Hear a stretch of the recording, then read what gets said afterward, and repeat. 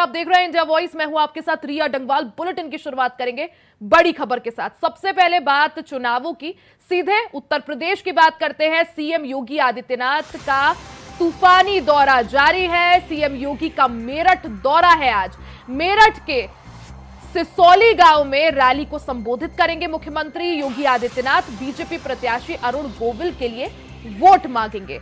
तो मुख्यमंत्री योगी आदित्यनाथ ने उत्तर प्रदेश में पूरी तरह से चुनाव की कमान जो है अपने हाथों में संभाली हुई है।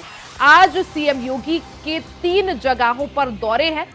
इस दौरान बुलंदशहर, बदायूं और मेरठ में उनका यह दौरा। इस दौरान आपको बता दें कि मेरठ में चुनावी प्रचार प्रसार करेंगे मुख्यमंत्री योगी आदित्यनाथ। अब से कुछ ही देर में वो रैली को संबोधित करेंगे। मेरठ के सिसौली गांव में रैली को संबोधित करेंगे और बीजेपी प्रत्याशी अरुण गोविल के लिए वोट मांगेंगे। तो भारतीय जनता पार्टी चुनाव की तैयारियों में पूरी तरह से जुटी हुई है। कल 19 अप्रैल है, यानी पहले चरण के लिए मतदान होना है, जिसमें उत्तर प्रदेश की 8 लोकसभा सीटें शामिल हैं। वहीं अब अगर बात की जाए तो बाकी सीटों के लिए जो चुनाव प्रचार प्रसार है वो जोरों से शुरू हो चुका है। मुख्यमंत्री योगी आदित्यनाथ आज 3 क्षेत्रों के दौरे पर है। बुलंदशहर, हापुड़ और मेरठ का वो दौरा करेंगे, जिसमें से बुलंदशहर का वो दौरा कर चुके हैं। मेरठ और हापुड़ अभी बचे हैं। वहीं सीएम योगी आदित्यनाथ का तूफानी दौरा जारी है। सीएम योगी का मेरठ दौरा है। आज मेरठ के सिसौली गांव में रैली को संबोधित करेंगे। साथ ही बीजेपी प्रत्याशी अरुण गोविल के लिए वोट भी मांगेंगे। तो पूरी तरह से भारतीय जनता पार्टी चुनाव की तैयारियों में जुटी हुई है। मेरठ से आज एक बार फिर से चुनावी हुंकार भरेंगे मुख्यमंत्री योगी आदित्यनाथ। बता दें कि बीजेपी के जो भी स्टार प्रचारक हैं, चाहे वो गृह मंत्री अमित शाह हो, जेपी नड्डा हो, प्रधानमंत्री मोदी हो, सभी उत्तर प्रदेश में दौरा कर चुके हैं, चुनाव की तैयारियों को धार दे चुके हैं। बात अगर प्रधानमंत्री नरेंद्र मोदी की हो तो सबसे पहले यूपी में चुनावी शंखनाद उन्होंने मेरठ से ही किया था। और अब तैयारियों को और धार देने के लिए, प्रचार प्रसार को और धार देने के लिए मुख्यमंत्री योगी आदित्यनाथ आज फिर मेरठ से हुंकार भरेंगे। आपको बता दें कि बीते 18 दिनों में मुख्यमंत्री योगी आदित्यनाथ का ये दूसरा मेरठ दौरा है। यहां पर बीजेपी ने रामायण के राम अरुण गोविल को चुनावी मैदान में उतारा है। तो बीजेपी पूरी तरह से चुनावी मूड में है। चुनाव की तैयारियों को और धार दी जा रही है। वहीं उत्तर प्रदेश की 80 लोकसभा सीटों में से 8 सीटों पर कल यानी 19 अप्रैल को मतदान है। ऐसे में उन सीटों पर चुनाव प्रचार प्रसार थम चुका है। आज घर घर जाकर प्रत्याशी जो है वोट मांग रहे हैं, लेकिन जो बाकी बची हुई सीटें हैं उनमें प्रचार प्रसार लगातार जारी है। इसी कड़ी में मुख्यमंत्री योगी आदित्यनाथ के तूफानी दौरे जारी है। एक दिन में 3-3 क्षेत्रों को साधने की कोशिश की जा रही है। 3-3 जनसभाएं कर रहे हैं। आज भी सीएम योगी का जो कार्यक्रम था वो बुलंदशहर, हापुड़ और मेरठ में है। इस दौरान मेरठ में चुनावी तैयारियों को धार देने के लिए, बीजेपी प्रत्याशी अरुण गोविल के पक्ष में वोट मांगने के लिए और जनता के बीच पहुंचने के लिए मुख्यमंत्री योगी आदित्यनाथ आज मेरठ से हुंकार भरेंगे। मेरठ के सिसौली गांव में रैली को संबोधित करेंगे। बीजेपी प्रत्याशी अरुण गोविल के लिए वोट मांगेंगे। तो एक तरफ जहां भारतीय जनता पार्टी काफी एक्टिव नजर आ रही है, वहीं विपक्ष की अगर बात की जाए, कांग्रेस और समाजवादी पार्टी वो थोड़े सुस्त दिखाई दे रहे हैं, क्योंकि किसी भी कांग्रेस के अभी तक स्टार प्रचारक ने प्रियंका गांधी के अलावा अभी तक उत्तर प्रदेश को समय नहीं दिया है। खबर पर ज्यादा जानकारी के लिए सादिक खान हमारे संवाददाता मेरठ से लाइव हमारे साथ जुड़ गए हैं। सादिक, अगर बात की जाए, बीते 18 दिनों में मुख्यमंत्री योगी आदित्यनाथ का ये दूसरा मेरठ दौरा है और हमने देखा था प्रधानमंत्री नरेंद्र मोदी ने भी उत्तर प्रदेश में चुनावी शंखनाद मेरठ से ही किया था। कितनी महत्वपूर्ण ये मेरठ की सीट मानी जाए? जी बिल्कुल रिया, जिस तरह से देश के प्रधानमंत्री नरेंद्र मोदी ने भी मेरठ से ही अपने चुनावी शंखनाद का आगाज किया था, उन्होंने ही पहली रैली मेरठ में की थी। तो अगर बात की जाए यूपी के मुख्यमंत्री योगी आदित्यनाथ की, तो मुख्यमंत्री की पिछले 18 दिन में ये मेरठ में तीसरी रैली है। मुख्यमंत्री 3 रैली आज मेरठ में, ये तीसरी रैली करने जा रहे हैं। 2 रैली पहले मुख्यमंत्री कर चुके हैं।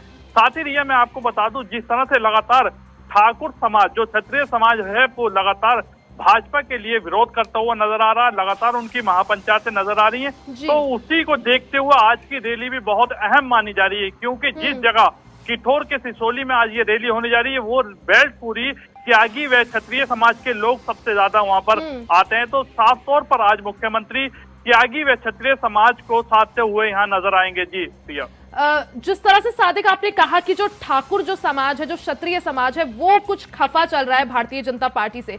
ऐसे में जिस जगह आज ये रैली हो रही है मुख्यमंत्री योगी आदित्यनाथ की, और अपने आप में बीजेपी के स्टार प्रचारक भी है, काफी ज्यादा जो है लोकप्रिय है, कितनी कारगर ये रैली ठाकुरों को साधने में आज साबित हो सकती है? जी बिल्कुल, ये जिस तरह से मुख्यमंत्री पहले भी 2 रैली कर चुके हैं, ठाकुर समाज के गढ़ में मुख्यमंत्री सरधना में भी रैली कर चुके हैं, लेकिन आज की रैली सबसे अहम इसलिए मानी जाती है कि पहले चरण का मतदान जो है अब 19 तारीख को होने जा रहा है, उनका प्रचार थम चुका है। दूसरे चरण का मतदान के लिए मुख्यमंत्री यहाँ प्रत्याशियों के लिए जनसभा करते हुए नजर आ रहे हैं। तो साफ तौर पर आज की जो रैली है वो बहुत अहम मानी जा रही है। मुख्यमंत्री आज मंच से भी ठाकुर व त्यागी समाज को एक बड़ा संदेश दे सकते हैं। जी रिया, सादिक, साथ ही सीएम योगी के आज के कार्यक्रम को लेकर क्या जानकारी, क्या अपडेट, पूरा कार्यक्रम एक बार बता दीजिए। जी बिल्कुल रिया, जिस तरह से आज मुख्यमंत्री का पश्चिमी उत्तर प्रदेश में 3 जनपदों में कार्यक्रम, मुख्यमंत्री नोएडा के प्रत्याशी महेश शर्मा के पक्ष में बुलंदशहर के सिकंदराबाद में जनसभा को संबोधित कर रहे हैं फिलहाल। उसके बाद मुख्यमंत्री मेरठ पहुंचेंगे। अब से कुछ देर बाद ही मुख्यमंत्री मेरठ के किठौर पहुंचेंगे, जहां सिसोली में जनसभा को मुख्यमंत्री यहाँ संबोधित करते हुए नजर आएंगे। साथ ही रिया, मेरठ के बाद मुख्यमंत्री गाजियाबाद से भाजपा प्रत्याशी अतुल गर्ग के समर्थन में हापुड़ के पिलखुआ में एक बड़ी जनसभा को संबोधित करते हुए नजर आएंगे। साफ तौर पर आज मुख्यमंत्री का पश्चिमी उत्तर प्रदेश में 3 ताबकतोड़ रैलियां हैं। जी सादिक, जिस तरह से भारतीय जनता पार्टी लगातार चुनाव प्रचार प्रसार में आगे बढ़ रही है, धार देने की कोशिश की जा रही है, स्टार प्रचारक हो या फिर खुद सूबे के मुख्यमंत्री योगी आदित्यनाथ, पूरी तरह से कमान जो है अपने हाथ में ले रखी है, प्रचार प्रसार में जुटे हुए हैं। स्टार प्रचारक एक तरफ, दूसरी तरफ बीजेपी के प्रत्याशी भी डोर टू डोर जाकर जनता के बीच पहुंच रहे हैं, जनता से वोटों की अपील कर रहे हैं। वहीं अगर कांग्रेस की बात की जाए, कोई भी बड़ा चेहरा, कोई भी स्टार प्रचारक, प्रियंका गांधी आई थी सहारनपुर, लेकिन राहुल गांधी या गांधी परिवार से किसी और की बात की जाए या मल्लिकार्जुन खड़गे की बात की जाए, थोड़ा दूरी यूपी से बना रखी है। जी बिल्कुल, साफ तौर पर जिस तरह से सत्ताधारी पार्टी भारतीय जनता पार्टी लगातार ग्राउंड जीरो पर भाजपा प्रत्याशियों के पक्ष में जनसभा, नुक्कड़ सभा, रोड शो करते हुए नजर आ रहे हैं, तो वहीं विपक्ष पूरी तरह से इस चुनाव में भी धराशायी नजर आ रहा है। साफ तौर पर अखिलेश यादव, राहुल गांधी ने एक संयुक्त प्रेस वार्ता गाजियाबाद में की। सिर्फ उसी के बाद से ही कयास लगाए जा रहे थे कि दोनों एक साथ बड़े मंच पर नजर आएंगे, लेकिन अभी तक ऐसी कोई पार्टी की तरफ से, कांग्रेस की तरफ से या सपा की तरफ से कोई आधिकारिक ऐलान नहीं हुआ कि दोनों एक मंच पर नजर आएंगे। लेकिन माना जा रहा है कि दूसरे या तीसरे चरण में राहुल और अखिलेश एक मंच पर एक जनसभा को भी संबोधित करते हुए नजर आ सकते हैं। लेकिन फिलहाल पहले चरण में पूरी तरह से विपक्ष के बड़े नेता किसी भी बड़ी जनसभा में अभी तक नजर नहीं आए। साथ ही अगर बात की जाए मायावती की, तो मायावती 23 तारीख को मेरठ में एक बड़ी जनसभा संबोधित करते हुए नजर आएंगी। जी सादिक, जिस तरह से मुख्यमंत्री योगी आदित्यनाथ हो या प्रधानमंत्री नरेंद्र मोदी हो या बीजेपी के कोई भी दिग्गज नेता हो, राम मंदिर का जो एक डंका है लगातार बजाया जा रहा है, क्या माना जाए, क्योंकि मेरठ से बीजेपी के प्रत्याशी भी रामायण के राम अरुण गोविल है, कितना माहौल आपको उनके पक्ष में बनता हुआ दिखाई दे रहा है, और खासकर तब जब मुख्यमंत्री योगी आदित्यनाथ बीते 18 दिनों में तीसरी बार मेरठ को समय दे रहे हैं? जी बिल्कुल रिया, जिस तरह से मुख्यमंत्री से पहले खुद प्रधानमंत्री नरेंद्र मोदी ने भारतीय जनता पार्टी के मेरठ हापुड़ लोकसभा से प्रत्याशी अरुण गोविल के पक्ष में बड़ी जनसभा को संबोधित किया था, तो उसके बाद मुख्यमंत्री अब तीसरी जनसभा को यहां संबोधित करते हुए नजर आएंगे। तो इससे साफ है कि जिस तरह से रामायण के राम एक सेलिब्रिटी को मेरठ से प्रत्याशी बनाया, तो कहीं ना कहीं पूरी तरह से मेरठ की जनता भी उनके साथ नजर आ रही है। तो ये साफ तौर पर इससे नजर आता है कि जिस दौरान जब प्रत्याशी Arun Govil door to door जनता के बीच जाते हैं, तो वहां जनता उनका सम्मान पुष्प वर्षा करती हुई नजर आती है। आपने पहले भी चुनाव में देखा होगा कि नेता वोट मांगने के लिए लोगों के घरों पर जाते हैं, दरवाजों पर जाते हैं, हाथ जोड़ते हुए नजर आते हैं। लेकिन यहाँ अरुण गोविल का लोग एक अलग ही तरह से सम्मान करते हुए नजर आ रहे हैं। लोग अरुण गोविल के अंदर साक्षात भगवान राम को देखते हुए यहाँ नजर आ रहे हैं। बिल्कुल सादिक, और यही देखने को भी मिला था। एक घर में पहुंचे थे अरुण गोविल और वहां के लोग उनकी आरती उतार रहे थे। तो काफी ज्यादा प्रचार प्रसार जो है जोर शोर से चल रहा है। मुख्यमंत्री योगी आदित्यनाथ बीते 18 दिनों में आज तीसरी बार फिर से मेरठ से उंखार भरेंगे। अब देखना होगा कि मेरठ का मुकाबला जो है कितना दिलचस्प होता है। बहुत बहुत शुक्रिया आपका तमाम जानकारी के लिए। वहीं आम आदमी पार्टी की मेयर और डिप्टी मेयर के नामों की घोषणा हो चुकी है। दिल्ली प्रदेश अध्यक्ष गोपाल राय ने इसकी घोषणा की है। आम आदमी पार्टी ने रिजर्व कैटेगरी के लिए नामों की घोषणा कर दी है। मेयर के लिए महेश खींची का नाम घोषित किया गया है। साथ ही डिप्टी मेयर के लिए रविंद्र भारद्वाज के नाम की घोषणा की गई है। तो दिल्ली के मेयर और डिप्टी मेयर के नामों की घोषणा हो गई है। इस दौरान दिल्ली प्रदेश अध्यक्ष गोपाल राय ने इन दोनों नामों की घोषणा की। आम आदमी पार्टी ने रिजर्व कैटेगरी के लिए नामों की घोषणा कर दी है। मेयर के लिए महेश खींची का नाम घोषित किया गया है। वहीं डिप्टी मेयर के लिए रविंद्र भारद्वाज का नाम फाइनल हुआ है। हर साल मेयर का चुनाव होता है। इस साल रिजर्व कैटेगरी से मेयर का चुनाव होना है। उसके लिए पार्टी ने निर्णय लिया है कि इस बार आम आदमी पार्टी की तरफ से मेयर के जो कैंडिडेट होंगे वो महेश खिच्ची होंगे। महेश खिच्ची, KHICHI। महेश खिच्ची करोलबाग विधानसभा में देवनगर वार्ड 84 से हमारे काउंसलर हैं। ये करोलबाग विधानसभा के अंदर देवनगर वार्ड में काफी लंबे समय से पार्टी के लिए काम करते रहे। ग्रासरूट स्तर से पार्टी पर इन्होंने काम शुरू किया था। सबसे पहले हमारी पार्टी के बूथ अध्यक्ष बने थे, बूथ प्रेसिडेंट बने थे। उसके बाद वार्ड प्रेसिडेंट बने। वार्ड प्रेसिडेंट के बाद RWA के विधानसभा के प्रेसिडेंट बने। इन्होंने दिल्ली के साथ साथ पार्टी के लिए देश के अलग अलग राज्यों में, हिमाचल प्रदेश में, उत्तराखंड में, यूपी में, छत्तीसगढ़ में पार्टी के लिए अलग अलग चुनावी कैंपेन में इन्होंने हिस्सेदारी की।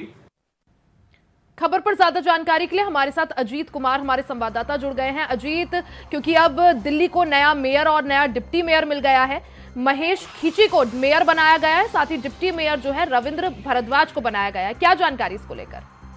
देखिए, बिल्कुल भैया बताना चाहूंगा, जो पिछले कार्यकाल में जो मेयर डॉक्टर शैली ओबरॉय रही है और डिप्टी मेयर आलम मोहम्मद इकबाल, इनका जो कार्यकाल है वो खत्म हो रहा है। और इसी को लेकर के अब नए मेयर की जो प्रक्रिया है, जो एक चुनावी प्रक्रिया के तहत जो चयन किया जाता है, उसकी प्रक्रिया शुरू हो गई है और आज से इसका नामांकन की प्रक्रिया भी शुरू हो गई है। जिसमें अगर मैं बात करूं, आम आदमी पार्टी जैसा कि ऐसे मोर्चों पर सबसे आगे नजर आती है। चाहे वो लोकसभा चुनाव की अगर हम बात करें तो लोकसभा चुनाव में भी आम आदमी पार्टी ने अपने उम्मीदवारों की घोषणा है वो बहुत पहले कर दी थी। और इस बार में देखने को मिला जो मेयर चुनाव की जो क्योंकि मेयर चुनाव जो है वो 26 अप्रैल को होने हैं। ऐसे में आम आदमी पार्टी ने अपने जो उम्मीदवारों की घोषणा कर दी है, जिसमें जो मेयर कैंडिडेट है वो करोलबाग विधानसभा से देवनगर वार्ड से आते हैं, जो निगम पार्षद महेश खिच्ची, इनको अपना जो मेयर कैंडिडेट बनाया है। जबकि डिप्टी मेयर की अगर हम बात करें तो किरारी विधानसभा से निगम पार्षद हैं, जो किरारी विधानसभा में लगते हैं, रविंद्र भारद्वाज, इनको डिप्टी मेयर का जो उम्मीदवार है वो घोषित किया है। आपको बताना चाहूंगा, जहां एक और जैसा महेश खिच्ची की अगर मैं बात करूं तो बूथ स्तर से उन्होंने काम किया है और जमीनी स्तर पर वो जाने जाते हैं हर तरीके से। दिल्ली और दिल्ली के बाहर भी उन्होंने पार्टी के लिए कई चुनाव में प्रचार प्रसार का काम किया है। तो वही रविंद्र भारद्वाज की भी अगर मैं बात करूं तो रविंद्र भारद्वाज ऐसे निगम पार्षद हैं, जब इससे पहले यानी कि 2022 से पहले का जो चुनाव हुआ था 2017 का, उस समय भी रविंद्र भारद्वाज इकलौते ऐसे निगम पार्षद थे जो किरारी विधानसभा में आम आदमी पार्टी के जो पार्षद वो थे। और जिस समय आम आदमी पार्टी का कोई भी मेयर या आम आदमी पार्टी एमपीडी में सत्ता में नहीं थी, तो निश्चित तौर पर कहा जा सकता है कि जो दो कैंडिडेट आम आदमी पार्टी ने जो उतारे हैं वो आम आदमी पार्टी की तरफ से काफी मजबूत कहे जा सकते हैं। हालांकि देखना ही होगा, क्योंकि अब बीजेपी की तरफ से भी जो जिस तरीके से बताया जा रहा है कि आज बीजेपी की तरफ से भी जो मेयर और डिप्टी मेयर के जो उम्मीदवारों की घोषणा की जा सकती है, उसके बाद देखना होगा किस तरीके से। अजीत, जैसा आपने कहा कि 26 अप्रैल को मेयर और डिप्टी मेयर के लिए चुनाव होना है, ऐसे में आम आदमी पार्टी ने तेजी दिखाते हुए अपने जो मेयर उम्मीदवार हैं और डिप्टी मेयर कैंडिडेट दोनों की ही घोषणा कर दी है। क्या माना जाए, भारतीय जनता पार्टी कब अपने पत्ते खोल सकती है? देखिए, बिल्कुल रिया, मैं यही बात करता कि ऐसी संभावना है कि आज भारतीय जनता पार्टी भी अपने मेयर और डिप्टी मेयर को लेकर के जो उम्मीदवार है उनकी घोषणा कर सकती है। और जिस तरह से खबर आ रही थी कि वीरेंद्र सिंह खुद दिल्ली मुख्यालय, नगर निगम मुख्यालय में जाकर के इसकी घोषणा करेंगे, तो निश्चित तौर पर कहा जा सकता है कि आज भाजपा की तरफ से भी जो तस्वीर है वो साफ हो जाएगी। उसके बाद देखना ये होगा कि इससे पहले जब मेयर के चुनाव हुए थे तो कहीं ना कहीं जो डॉक्टर शैली ओबरॉय है वो निर्विरोध चुनी गई थी, क्योंकि बीजेपी ने अपने जो उम्मीदवार हैं वो वापस ले लिए थे। तो निश्चित तौर पर देखना ये होगा कि इस बार क्या होता है, क्योंकि एमसीडी में जिस तरीके से लगातार खींचतान जो है वो चली आ रही है और ये खींचतान पिछले लंबे समय से चली आ रही है, लेकिन आम आदमी पार्टी के पास पूर्ण बहुमत है। तो निश्चित तौर पर देखना ये होगा कि क्या भाजपा अपने किस उम्मीदवार को उतारती है और किस तरीके से 26 अप्रैल को जो चुनावी प्रक्रिया है वो सामने आती है। अजीत, जिस तरह से जो अभी मौजूदा मेयर है शैली ओबरॉय, वो निर्विरोध चुनी गई थी क्योंकि बीजेपी ने अपने जो प्रत्याशी है उन्हें वापस ले लिया था। अब की बार क्या माना जाए, अब की बार भी क्या ऐसा कुछ देखने को मिल सकता है?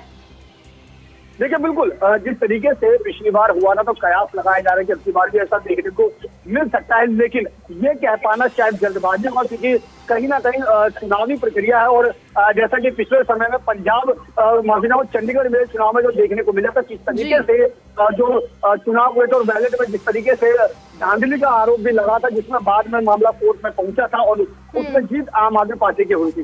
तो निश्चित तौर पर देखना ये होगा कि अब दिल्ली में मेयर चुनाव को लेकर के क्या चुनावी समीकरण बनते हैं और किस तरीके से। बिल्कुल अजीत, तो यहाँ पर आम आदमी पार्टी ने अपने मेयर और डिप्टी मेयर कैंडिडेट्स के नामों का ऐलान कर दिया है। 26 अप्रैल को चुनाव होना है, देखना ये होगा कि आखिर क्या निकल कर आता है और कौन किसको मेयर की कुर्सी मिलती है। बहुत बहुत शुक्रिया आपका तमाम जानकारी के लिए। यहाँ पर रुकेंगे एक छोटे से ब्रेक के लिए, जल्द वापस लौटेंगे, बने रहे हमारे साथ। ब्रेक के बाद एक बार फिर से आपका स्वागत है। खबरों में आगे बढ़ते हैं, बात इलाहाबाद हाईकोर्ट से जुड़ी बड़ी खबर की। तो बड़ी खबर आपको बता दें जो सीधा इलाहाबाद हाईकोर्ट से आ रही है। सिपाही भर्ती परीक्षा में फर्जी अभ्यर्थियों को हाईकोर्ट से बड़ा झटका लगा है। हाईकोर्ट ने फर्जी अभ्यर्थियों की जमानत याचिका खारिज कर दी है। याचिका इस दौरान याची ने खुद को निर्दोष बताते हुए जमानत की गुहार लगाई थी। सुनवाई के दौरान बेगुनाही के सबूत नहीं मिले, जिसके बाद इलाहाबाद हाईकोर्ट ने सीधे तौर पर जमानत याचिका को खारिज कर दिया है। अपराध की गंभीरता को देखते हुए जमानत देने से इनकार कर दिया है। संदीप के खिलाफ आगरा के एक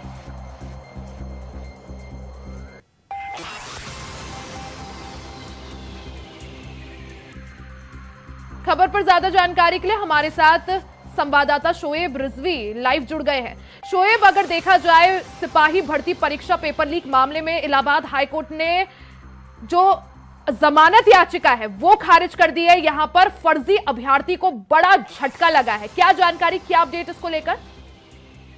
बिल्कुल निश्चित तौर पर, क्योंकि जो आरोपी है उसने जमानत की याचिका दाखिल की थी जिसको कोर्ट ने खारिज कर दिया है। कोर्ट में जो सरकार की तरफ से पक्ष रखने वाले वकील है उन्होंने इसकी गंभीरता को बताया कि इस तरह से ये एक गंभीर मामला है और इसके खिलाफ जो साक्ष्य है वो हैं, इस तरह की चीजें कोर्ट के सामने पेश की और इसी वजह से कोर्ट ने केस की गंभीरता को देखते हुए इसकी याचिका खारिज कर दी। हालांकि इसकी तरफ से, इनके वकील की तरफ से ये कहा गया था कि उसके पास पर्याप्त सबूत है, वो इस मामले में बेगुनाह है, इस तरह की दलीलें उसकी तरफ से दी गई थी। क्योंकि ये इसके बारे में आरोप है कि ये दूसरे के स्थान पर परीक्षा दे रहा था, नाम जो इसका था उसके अलावा किसी और नाम पर इस तरह की परीक्षा दे रहा था, जिसका आधार जो है के मिलान में अनियमितता पाई गई, इस तरह के आरोप लगे थे। हालांकि इसकी गिरफ्तारी हो चुकी थी और फिलहाल ये जेल में है, 19 तारीख से जेल में है और उसी वजह से उसके वकील की तरफ से उसकी जमानत की याचिका दाखिल की गई थी इलाहाबाद हाईकोर्ट में। लेकिन इलाहाबाद हाईकोर्ट पे दोनों पक्षों की दलीलें सुनने के बाद जिस तरह का ये मामला है उसमें इसकी गंभीरता के देखते हुए इसकी याचिका को खारिज कर दिया। तो कह सकते हैं कि इसको झटका मिला, फिलहाल इसको अभी भी जेल में रहना पड़ेगा। जी बिल्कुल शोएब, क्योंकि इलाहाबाद हाईकोर्ट ने फटकार लगाते हुए जो जमानत है उसको देने से मना कर दिया है और जमानत अर्जी खारिज कर दी। अब क्या माना जाए, ये जो फर्जी अभ्यर्थी है या ये जो आरोपी है, क्या माना जाए, अब क्या विकल्प बचता है? देखिए, फिलहाल अभी उसके पास विकल्प है, इसकी ऊपर की अदालत है, सुप्रीम कोर्ट तक उसके पास विकल्प है। हालांकि जिस तरह से जिस ग्राउंड पर कोर्ट ने उसकी याचिका दाखिल की गई, अब उसकी जो लीगल टीम है यानी उसके वकील हैं, उस पर किस तरह से क्या मंथन करते हैं, आगे क्या उनका स्टैंड होता है, फिलहाल इसका इंतजार करना पड़ेगा। लेकिन कोर्ट में आज जिस तरह से उसके वकील की तरफ से जो पक्ष रखा गया इसके फेवर में, उसको कोर्ट ने नहीं माना, और जो सरकार की तरफ से इस पर जो आरोप लगे हैं उसकी गंभीरता को जिस तरह से कोर्ट बिल्कुल शोएब, तो पेपर लीक मामले पर सख्त रुख अपनाते हुए अदालत ने जो है जमानत याचिका जो है आरोपी की खारिज कर दी है। अब देखना ही होगा आगे इस मामले में और क्या कुछ होता है। बहुत बहुत शुक्रिया आपका तमाम जानकारी के लिए। खबर बिजनौर से है, जहां पटाखे बनाने वाली फैक्ट्री में विस्फोट हो गया, जिससे फैक्ट्री में आग लग गई। वहीं विस्फोट से फैक्ट्री में काम कर रहे 3 लोग बुरी तरह झुलस गए। तभी तीनों लोगों को गंभीर हालत में जिला अस्पताल में भर्ती कराया गया। सूचना मिलते ही मौके पर पहुंची पुलिस की टीम मामले की जांच में जुट गई है। मामला बिजनौर शहर कोतवाली क्षेत्र के बख्शीवाला इलाके का बताया जा रहा है।